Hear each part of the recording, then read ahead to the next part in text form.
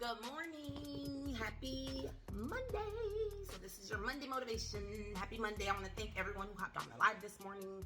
We had lots of fun discussing just real life stuff again. This morning we focused on the term Kairos, which is Kairos, which is talking about when God's plan meets up with our plan, right? And we just talked about some of the old sayings. You know, we always say that, I've always heard that, you know, if you want to make God laugh, tell him what your plan is, right? Things like that.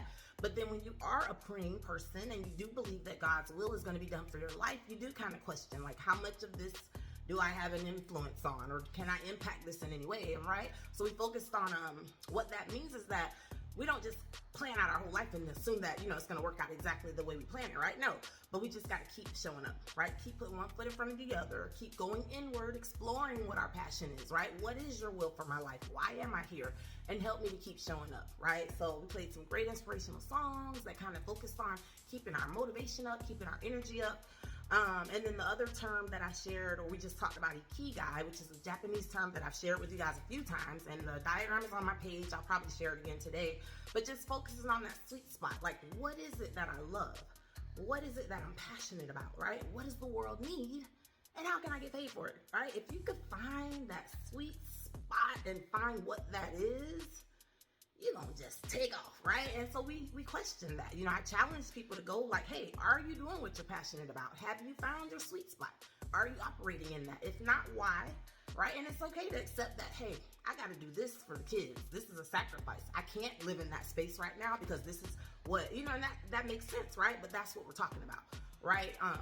Someone volunteered and came on and they talked about that, like being pretty content with where they are. You know, he shared that he went into the medical field because that's what he always enjoyed and was passionate about, and he just happens to be in a good place. So a lot of us have found that contentment, which is a beautiful thing.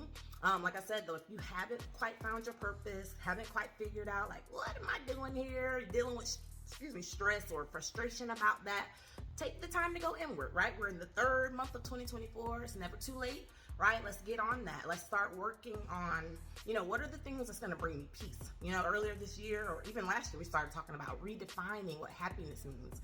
And one of the podcasts I watched, they were like, have you ever tried to replace that word happiness with peace, right?